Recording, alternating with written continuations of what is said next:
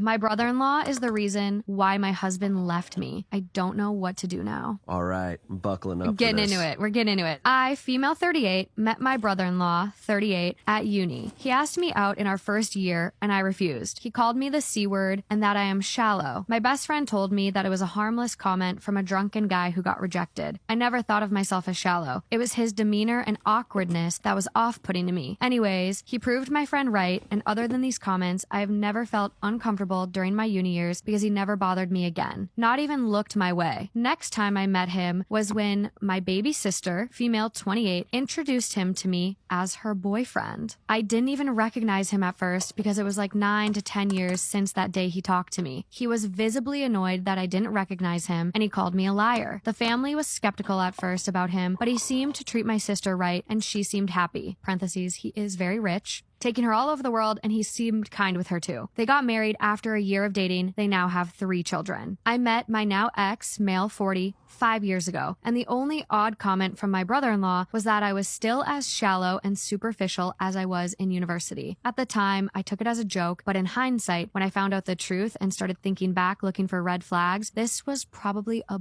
big one. He never showed any signs that he disliked my husband, and he was always decent enough with his indifference to have a close friendship with my husband and I. Didn't seem odd because he was always kind of a recluse anyways. A year ago, my husband came home and accused me of cheating, and he had evidence. The guy contacted him and he had nudes, etc. of me on his phone. The guy told my husband that he didn't know at first that I was married, but as soon as he found out, he contacted my now ex. He even apologized to my husband. I have never met this guy in my life. Nothing I said or did made my husband believe me. He left me and our divorce is pending. Then yesterday, the guy contacted me. He apologized for what he did and told me that he is friends with my brother-in-law. He sent me conversations, endless conversations my brother-in-law had about me for years. He has never forgotten that I, in his words, quote, didn't even give him a chance and only judged him by his looks. He called me a C word in that chat too. Both group chat with his friends, but mostly with this guy. They planned this attack and my brother-in-law somehow got access to my photos. The reason this guy contacted me now is that he felt guilty because even when my marriage is over, my brother-in-law still was angry and hateful, especially when he heard that I was on a date last weekend. So the friend felt that he didn't help his friend, but ruined innocent people's lives instead. Not sure what to do. My brother-in-law has actually been happier and more sociable than usual since my divorce, and now I know why. Although first I thought he felt sorry and wanted to support me, he jokes about me ending up an old maid with cats as companions. And it doesn't sound like jokes anymore. He means them. I don't want to ruin my sister's life. She's very happy with her husband. I'm not sure if I should tell my ex or not. I'm very heartbroken that he didn't believe me. I love him very much. He is the love of my life. But I'm not sure if I can forgive him for not believing me. But he is a victim in this too, so maybe he needs to know for closure. I'm so terribly sad and hurt. I'm sorry this post has gotten very long. Am I the astronaut for telling my kids why I don't buy their half-sibling anything? The mother of my 2 children, 10 male and 9 female, cheated on me during our marriage and became pregnant with another man's child. I learned this when I caught her with the man in question, and after quizzing her, she admitted that there was a strong chance he was the father of the baby she was pregnant with.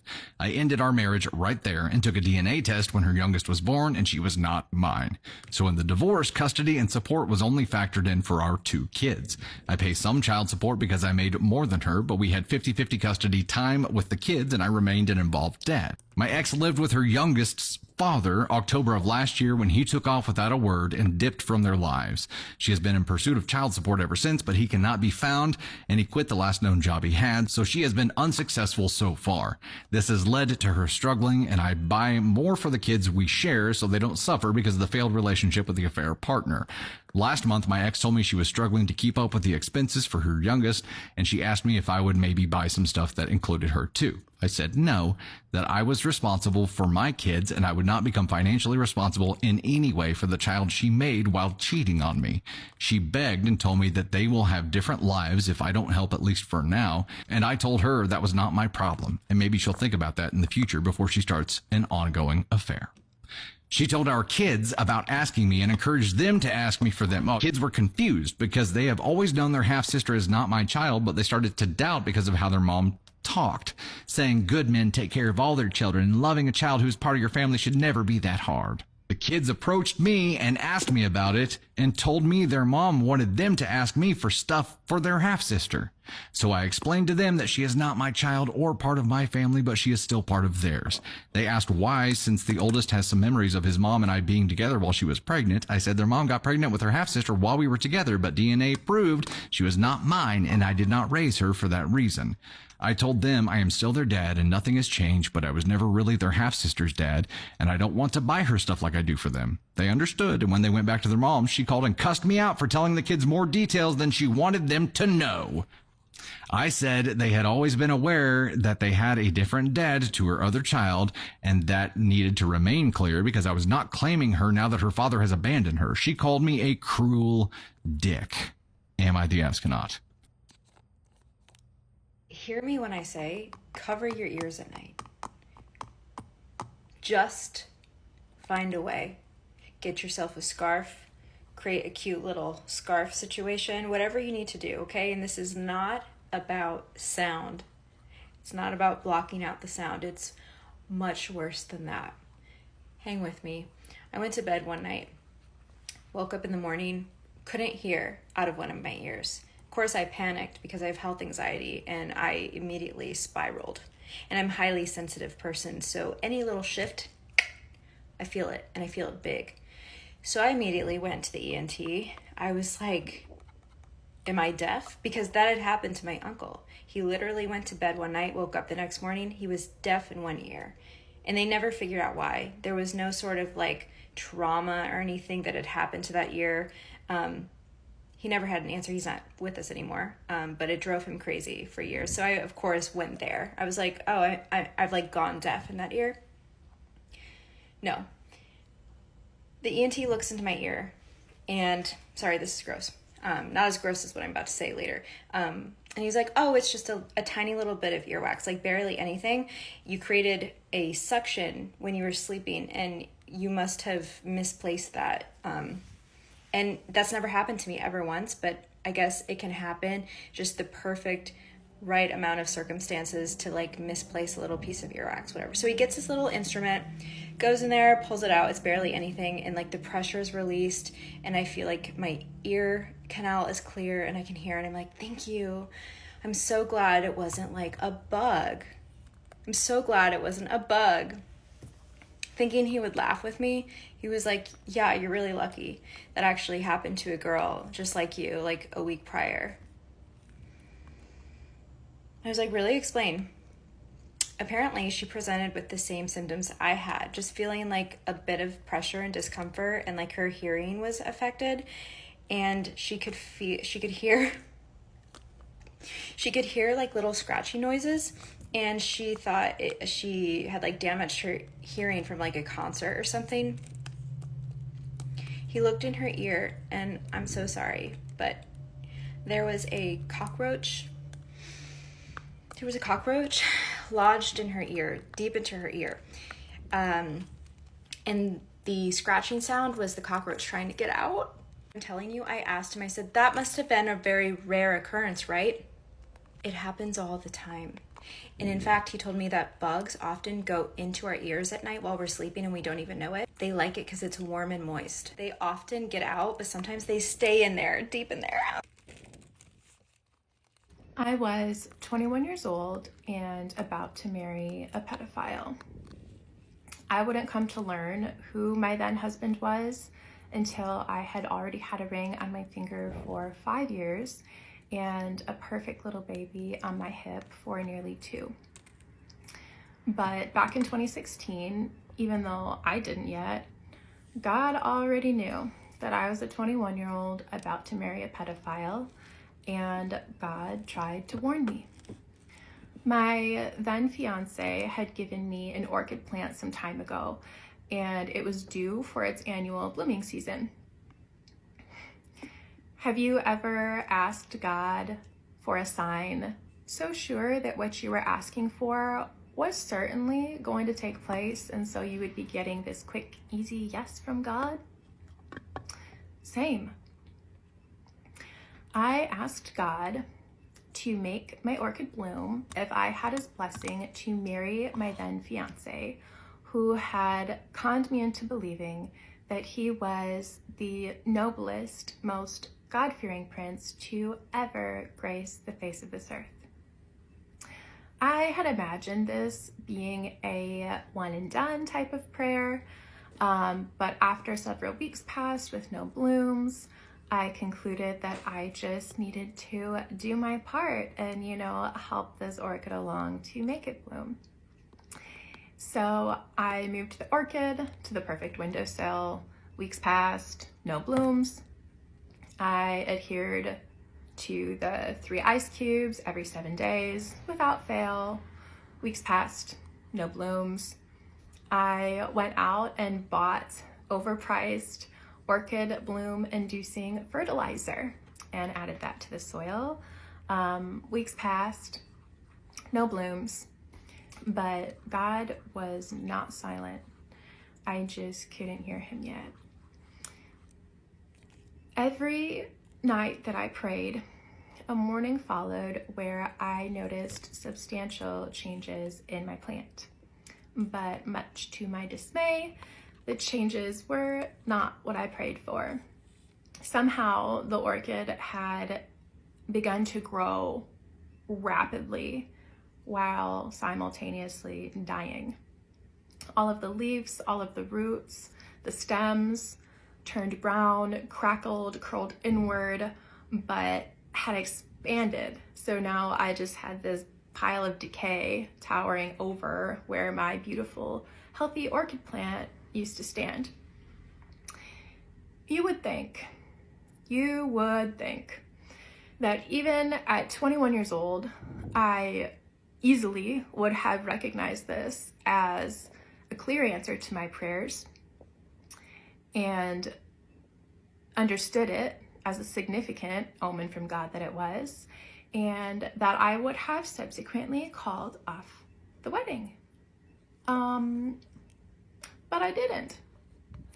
Instead, I took my orchid plant to the local greenhouse and I tracked down the manager to finally get the answer on how to make this orchid bloom. She looked for a couple of seconds at this pot of decay that I held in my hands. She looked up at me, looked me right in the eyes, and all she said was, "Are you sure that's an orchid?" She turned around, she walked away. Now, I'm going to pause here and give a little disclaimer. If you are going to join me on the journey of how we got to today, there are 2 things that I need you to know. Number 1, this is a story for those that have ears to hear and eyes to see. And number 2, this is not a story about me, and this most certainly is not a story about my abusive pedophile ex-husband. But in every story that is filled with miracles and has God's power on full display, hell does get a couple of chapters somewhere along the way. But those chapters are never the end. How my brother's best friend used to sneak in my room every night.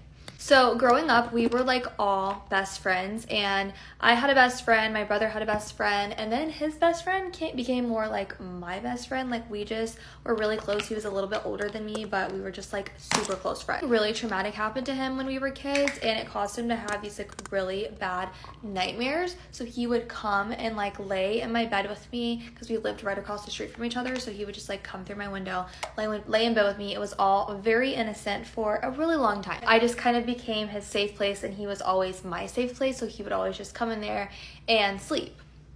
Obviously, as we got older and hormones started to come into play, things started to go a little different. As we got older, my parents and his parents were like, okay, you can't like go sleep in her room anymore, and my brother was like, don't go into my sister's room anymore.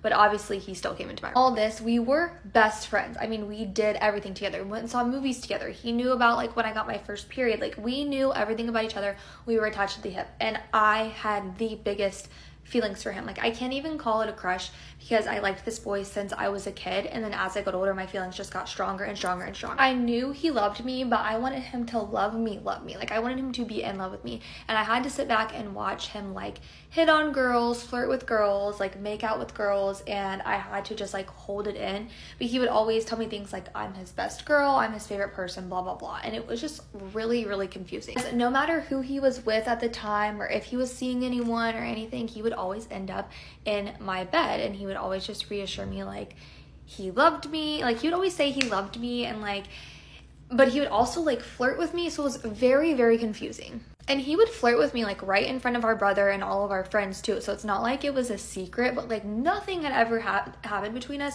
despite what people thought and despite how much I wanted stuff to happen between us. Part of the reason he didn't take it any further than he did is because he didn't want anything to happen to our friendship, because, like I said, we were attached to the hip, probably had, like, some codependency issues between us, so I know that that had something to do with it, but, like, the back and forth teasing, taunting, flirting with me, like, never wanting me to date any guys or be around any guys was just very confusing to me. Like, watching him flirt with girls and get with girls, but he doesn't want me to get or be with anybody, and I'm kind of just, like, in this place of, like, you're in my bed every night, you tell me you love me, but I don't know if you, like, love me, or if you just love me as a friend, and I don't know what to do. One night, we're just sitting there talking, and something happens between the two of us. Finally kiss, and, like, you know when you kiss somebody and your entire, you can feel it in your entire body, like, it is the kiss, like, you feel it in your heart, you feel it in your bones, you feel it in your skin, like, you know that this is your person. That is how it felt to finally be kissing him, and then he just, like, immediately pulled away. Pulls away, he just is like, I'm really sorry, I shouldn't have taken it that far, like, I care about you, I never want to hurt you, blah, blah, blah, and I'm just confused, because I know it's not the fact that he's my brother's best friend, because he flirts with me in front of my brother, so I just don't think that's what it is. It just seems like he has this, like, hang up of us getting together. What is the reason? Like, why don't you want to take this to the next level? Like, you clearly are in love with me, and I'm clearly in love with you, and I have to, like, go back to school the next day and pretend these things don't happen. Like, he's this very funny and sarcastic and, like, class clown of our group, but, like, with me, he's just, like, a completely different person, and I always have to go to school the next day and pretend like all of these special moments didn't happen. You finally find out his reason for holding back. It is heartbreaking. If you like that and you want to find out what happens next and the name of the book, check the caption. And also, happy Claire and Gibsy Day. Here are some icks that I've gotten during the talking stage with men. I feel like ultimately led me to be like, oh wait, I don't even like you. Number one, selfies. I saw another creator make a video on this topic, and it made me be like, oh, I experienced the same fucking thing, and I feel like I trauma blocked it out of my memory. This man I was talking to would constantly send me selfies, and they weren't normal fucking selfies. The angles that he would do like a down angle, and I can barely even see him, or he would send me ones of him, like, kissing the screen. No. Every time he sent them, I would make a conscious effort to not look at them, because I was like, they're just gonna ick me out. On the selfie train, a man full on sent me a boomerang one time, like, texted me a boomerang. I said, ain't no fucking way we're done. Text a bitch a boomerang. Imagine receiving a boomerang, and it was like, he was like at work. He was like, he boomeranged himself at work. My question is just like, who the fuck told these men it's a good idea to send really weird selfies? It's like, what the fuck am I supposed to respond? Like, oh, you killed it, king? Like, what? Next one was like, this one man would constantly be like, oh my God, you like me so much. Like, you miss me, you like me. You're so obsessed with me. Oh my God, like, you like me so much. Like, that, it would be like 15 times a fucking day. So bad, let me fix this. It got so fucking bad that I had to have a conversation with him, and I was like, yo, you really need to stop this. Like, it genuinely irritates me, and it really icks me out. Like, it's really gross to hear a 31-year-old man say 15 times a fucking day, like, you miss me so much, like, you like me, like, you're 31. Maybe I'm fucking crazy for finding that an ick, but you know what? Honestly, I think I just really didn't like him. I look back and I'm like, yeah, I feel like it really deeply pissed me off so much, because, like, I didn't feel that way, and I kept saying to him, I sound rude, but I was like, no, I don't. Like, literally, no, I don't. Also, it's like, we're 2 weeks into this bitch, and you're like blowing on my phone, like, you miss me, you like me. Shut up. Now that I'm telling you guys that one, I'm like, oh, I just think I really didn't like that man. Another ick I got that genuinely ruined the talking stage. This man got the ugliest tattoo I've ever seen in my life. Genuinely, like, was so fucking bad, and it's so big that I was like, there's just no way. Because then you think, you're like, if I was at a pool party with him with all of my friends and my friends saw that tattoo, they would immediately come up to me like, you need to leave. You need to evacuate the situation. You need to leave that man in the dust. But like seeing that tattoo, it was just like, yeah, no, I don't think I can do this anymore. It was just one of those where it's like, we're not coming back from this one. Like, we cannot come back from this. And the biggest ick I get from all the men that I speak to is when they ask me if the little dumb shit we do is gonna be content. This one man, any little thing we did together, he'd be like, is this content? Like, I could be fucking roller skating with the motherfucker.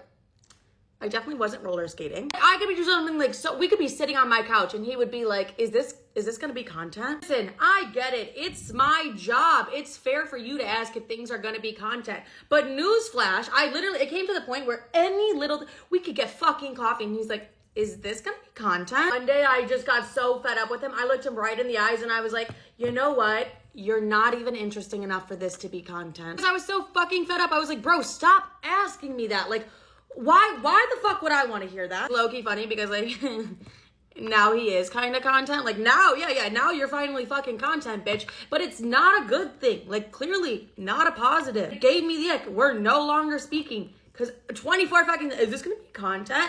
Shut up. Those are just some icks that genuinely like ruined the talking stage for me. Icks that I seriously just could not recover from.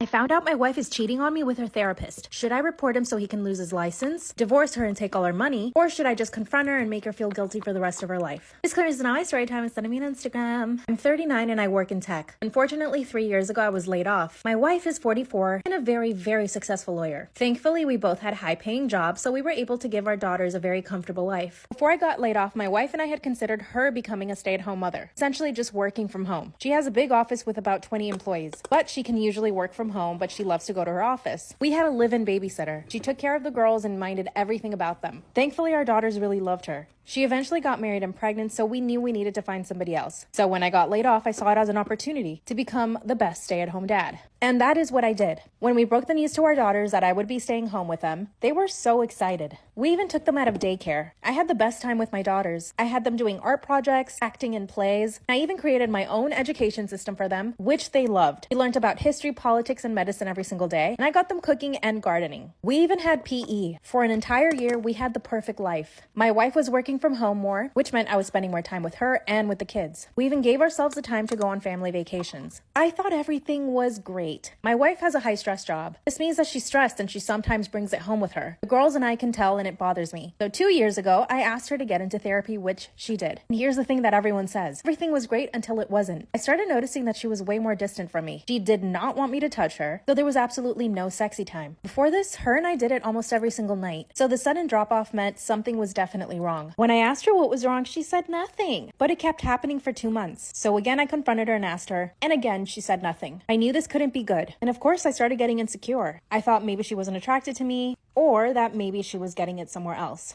So I did what any good husband would do. I hired a private investigator. And let me tell you, private investigators are not cheap. $20,000 later, he shows me some evidence. There were emails, texts, phone calls. I even tracked her phone. The final nail in the coffin were pictures. And the pictures were of my beautiful wife. But she wasn't alone. She was photographed at different bars, restaurants, walking out of hotels, and even motels with the same man. I didn't know who this man was. I only knew that he was much older than me, very good looking, and looked very well off. That's when my private investigator told me that this man is a therapist. My wife had been having a year-long affair with her therapist. I was brokenhearted and it stung really bad. I thought our life was pretty good. Our daughters were really happy. I kept the house looking great at all times, and I thought I kept her happy too. But I had to pull myself together because as he's showing me these pictures and evidence, 2 very young daughters are out in the back tending to our cherry tomatoes. Definitely didn't want my daughters to find out that their lying whore of a mother having an affair behind their daddy's back. So I made my wife's favorite dinner, roasted salmon quiche and endive salad, greeted her with her favorite drink, and we all sat down and had the most amazing family dinner. The following day, I called my lawyer and found out what my options were. Basically, I can divorce her and take a lot of money. But am I really going to put my daughters through a divorce, them choose who they want to live with? Because there is no way I'm letting my two precious babies live with her and her new boyfriend. Who knows what kind of perverts they are. In fact, it could take years of litigation. I hate her for what she's done. I love my daughters too much to break the family apart. I know what that's like personally. My parents had a brutal divorce when I was 12 years old. The judge asked me who I wanted to live with. It was traumatic. I refused to expose my daughters to that kind of trauma. I did take it a step further. I went to the therapist and asked him how she was going. I told him that I was worried because she was very distant, and that if she were cheating on me, I would make her and that man's life miserable. Later that day, my wife came home in a very, very bad mood. I asked her why, but I assumed he probably broke up with her. He really want to lose his license? Probably not. That's when the private investigator confirmed they were no longer seeing each other. And guess what? My wife asked me to do it. So now she's coming back around. The problem is she might cheat again. Did I make her pay or do what's best for our daughters? Am I the asshole for going to a concert over my best friend's wedding? So me, 26 female, and my best friend, 26 female, is getting married on July 13th in Albania. The issue is that on July 13th, my fiance and I have booked tickets for the Eras Tour in Milan almost a year in advance, or else the tickets would have sold out. We booked our hotels, the tickets, all of that, because we'd be staying there for 4 days. My friend also knew the exact dates that I would be going to this concert. She hadn't booked her wedding yet, she got engaged in November, and she just booked her wedding last month. She told everyone that she'd be getting married during the summer but hadn't decided on a date, and everyone really wanted to know because they wanted to plan their summer. I booked these tickets the past summer when they were announced. When she told me the dates, I told her, you can't be serious. She was like, why? I remind her, I have the concert and those trips on that date. She was like, okay, then cancel it, obviously. I told her, I can't cancel the hotel, the plane tickets, and the concert tickets. If I could, I'd have to pay a huge fee, and I don't even know if I could get my money back for the concert tickets. I reminded her it's something I planned for a year in advance, and she knew that, and she straight up told me that yes, she knew, but she didn't care because as a friend, she expected me to do the right thing and drop everything for her wedding. I told her I'm not canceling my plans for something that I knew about for a year in advance, and she accused me of being the asshole basically for putting a trip and a concert above her wedding and our friendship. Needless to say, now she won't talk to me unless I tell her that I've canceled my trip. Am I the asshole for not sharing a free meal with my anti-Instagram boyfriend? I post my food pics when I go out to eat on Instagram. It's just for fun. I spend 30 minutes a week on it, tops. My boyfriend is a very sweet guy in many ways, but one thing I'm not so much of a fan of is that he often hops on the bandwagon of hating innocent things. Not just liking something, but making sure everyone knows he doesn't like it, even if nobody asked. I can't help but notice a theme. Pumpkin spice lattes, pouty selfies, Taylor Swift, etc. As you can guess, he is not a fan of the food pics and thinks it's very annoying and cringe. He doesn't even follow my Instagram, even though he has an account. Even though I don't have very many followers, I have started getting occasional offers and invitations from restaurants in my city to try their food for free in exchange for a review. Nothing crazy. No steak dinners so far, but I've gotten a few sandwiches and several baked goods. Well, I just hit the big leagues and got invited to a new restaurant opening that includes a free appetizer and entree for me and one guest. I immediately invited one of my Instagram friends who I have gone out to eat with on several occasions and who also enjoys taking food photos. I told my boyfriend, and he's pissed that I'm not taking him and says I'm doing it out of spite. I really think I'm not. If the restaurant is giving me free food in exchange for a post, I'm going to put more effort into the post and spend a few extra minutes making sure that I actually get very good shots. And I'd rather do it with someone who isn't going to sigh and roll their eyes through the whole thing. Also, I think it's pretty audacious of him to be actively unsupportive of an activity that hurts no one, but then also expects to benefit when it's actually successful. Am I in the wrong for telling my sister to accept her daughter as white? Both me, 33 female, and my sister, 27 female, are Caucasian Latinas. However, she's always been more tan than me, a fact that she's always been very proud of. For reference, my skin tone is close to Aubrey Plaza's, while hers is closer to Gina Rodriguez. When we were younger, she would constantly talk about how European I looked compared to her, how my hair looked more blonde than brown, which no one ever agreed with, and how certain colors I liked looked awful on me due to my skin tone. I almost never said anything because I was 6 years older and had better things to do. Also, while I did have many insecurities, I never doubted that I was beautiful. Fast forward to now, we both have kids. My husband is a little more tan than me, and both our children, 8 male and 3 female, have the same skin tone as their father. My sister's ex and baby daddy, however, was very pale Swiss guy. My niece, 5 female, is a fair-skinned girl with dark blonde hair, while my daughter is more tan and has dark brown hair. Everyone agrees that both girls are beautiful, but their skin tones have always bugged my sister. She insists that both girls are equally tan, that her daughter's hair is light brown, and that my daughter spends too much time in the sun. Last weekend, we were all at a dinner party at my father's place. My son brought his notebook and drew pictures of everyone at the table. He colored my daughter's skin darker shade than my niece. For example, orange for my daughter, light pink for my niece. He also gave my niece yellow hair and colored my daughter's hair black. He lost his brown pencil. When he showed us the drawings, my sister frowned. She said he was exaggerating his cousin's features and that he could at least make her hair darker. When my niece said that she loved the drawing, my sister told her it looked nothing like her and insisted my son was doing this on purpose. Before the kids could get upset, I pulled my sister aside and told her that she was being ridiculous. We had a very small fight in the next room. Near its end, I said something along the lines of, "Listen to me, your daughter is white. We're all white. You need to accept that and stop comparing the girls if you don't want niece's name to become insecure." We left shortly afterwards and none of the kids have brought anything up again. My sister is pissed at me. She told both of our divorced parents about our fight. Our father thinks that I shouldn't have commented on my niece's appearance and wants me to apologize to my sister. Our mom thinks that this is dumb, but says that my sister is overreacting. Am I in the wrong?